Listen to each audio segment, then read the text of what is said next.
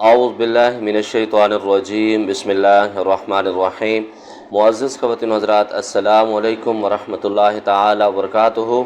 مجھے امید ہے آپ سب حضرات خیر و عافیت سے ہوں گے۔ اللہ کریم ہم سب کی حفاظت فرمائے۔ اللہ رب العزت تمام امت مسلمہ کے مرد، عورتیں، بچے بچیاں جو گھروں میں ہسپتالوں میں بیمار ہیں، اللہ رب العزت تمام کو صحت کاملہ عاجلہ مستمرہ نصیب فرمائے۔ معزز خواتین و حضرات، آج کا جو ہمارا موضوع ہے، جو لوگ دست غیب کا عمل کرتے ہیں، اس کا وظیفہ کرتے ہیں، کیا ان کو محنت کر کے رزق کمانے کی ضرورت پڑتی ہے یا نہیں پڑتی؟ محمد آصف صاحب پوچھتے ہیں، السلام علیکم قبلہ، کیا دست غیب کے عمل سے بغیر محنت کے دولت غیب سے ملتی ہے یا نہیں ملتی؟ تو انشاءاللہ تعالیٰ آپ کو مختصر بتاؤں گا کہ جو لوگ دست غیب کا عمل کرتے ہیں، اللہ رب العزت غیب سے ان کی مدد کرتے ہیں یا نہیں کرتے؟ معزز خواتین و حضرات، جو بندہ جس کام کی محنت کرتا ہے، پاک پروردگار اس کو اس کا رزلٹ عطا فرماتے ہیں، چاہے وہ دنیا کا کام ہے، چاہے وہ آخرت کا کام ہے، چاہے کوئی بھی سمجھ لو۔ معزز خواتین و حضرات، انسان جب کسی کی خوشامد کر رہا ہوتا ہے، جب کسی کی تعریف کر رہا ہوتا ہے، جب اس کی خدمت کر رہا ہوتا ہے، اس کی پیٹھ کے پیچھے اس کی بہت ساری حوصلہ افزائی کر رہا ہوتا ہے، اس کا گلہ نہیں کر رہا ہوتا، تو جب اس بندے کو معلوم ہوتا ہے تو وہ اس پر مہربان ہو جاتا ہے۔ اسی طرح جب آپ اللہ رب العزت کی بارگاہ میں وظائف پڑھتے ہیں، توجہ سے پڑھتے ہیں، دھیان سے پڑھتے ہیں،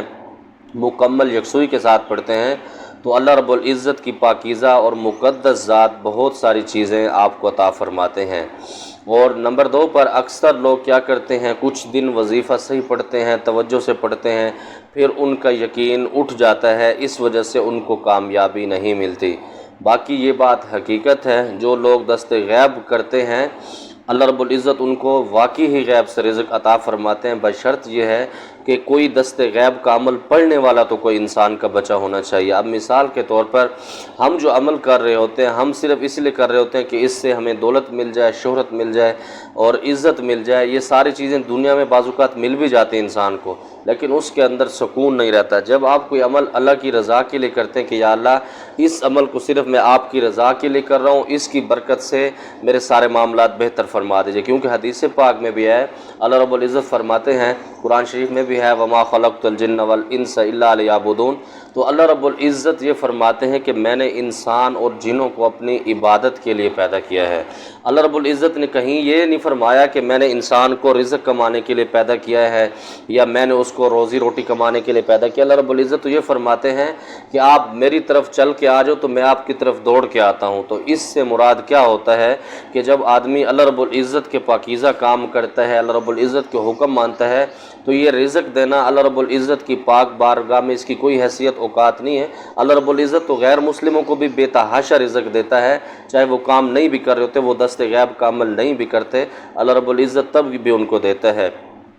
اور جو لوگ ناغہ نہیں کرتے، وظائف کے اندر پابندی سے کرتے ہیں، اللہ رب العزت بہت ساری چیزیں ان کو عطا فرماتے ہیں۔ میں ایسے بزرگان دین کو جانتا ہوں کہ جنہوں نے پوری زندگی کوئی اپنا وظیفہ قضا نہیں کیا، جب اللہ رب العزت کے وہ وظیفے کو، اس کی کلام کو قضا نہیں کرتے تو اللہ رب العزت ویسے اس پر مہربان ہو جاتے ہیں۔ اور اسی طرح بڑا دکھ بھی ہوتا ہے کہ اکثر جب میرے پاس خواتین کے یا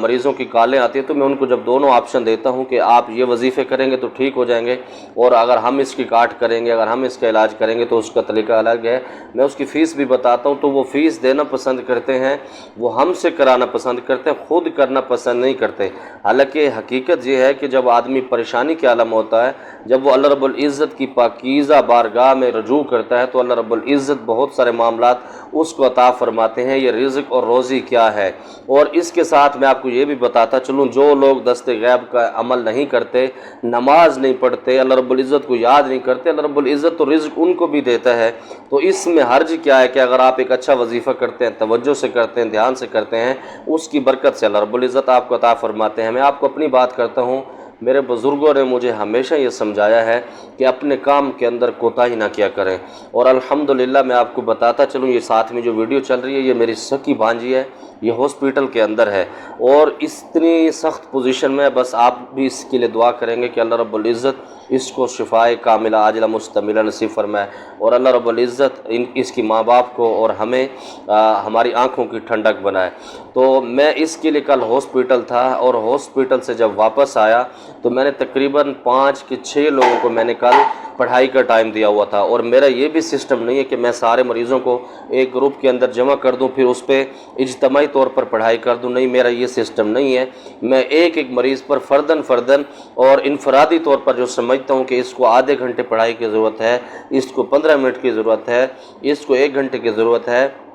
تو اس طریقے سے میں اس پہ پڑھائی کرتا ہوں۔ تو الحمدللہ کل میں نے وہ بھی کیا، حالانکہ میں جب کل شام میں آیا ہوں عصر کی نماز سے پہلے واپس، تو بہت زیادہ تھکا ہوا بھی تھا، سارا دن ہاسپٹل میں بھی تھا، لیکن پھر بھی عصر کی نماز کے بعد میں نے ٹائم دیا، رات کو عشاء کو بھی ٹائم دیا، رات کو اپنے وظائف بھی کیے ہیں، اور اس کے ساتھ جن لوگوں کو میں سکھا رہا ہوں جو میرے شاگرد ہیں، جن سے میں نے فیسیں لی ہوئی، تو میں نے ان کو بھی ٹائم دیا ہے۔ تو اگر اپنی زندگی کو آپ اس طرح بنا سکتے ہیں تو میں آپ سے گارنٹی سے کہتا ہوں کہ آپ جو بھی دست غیب کا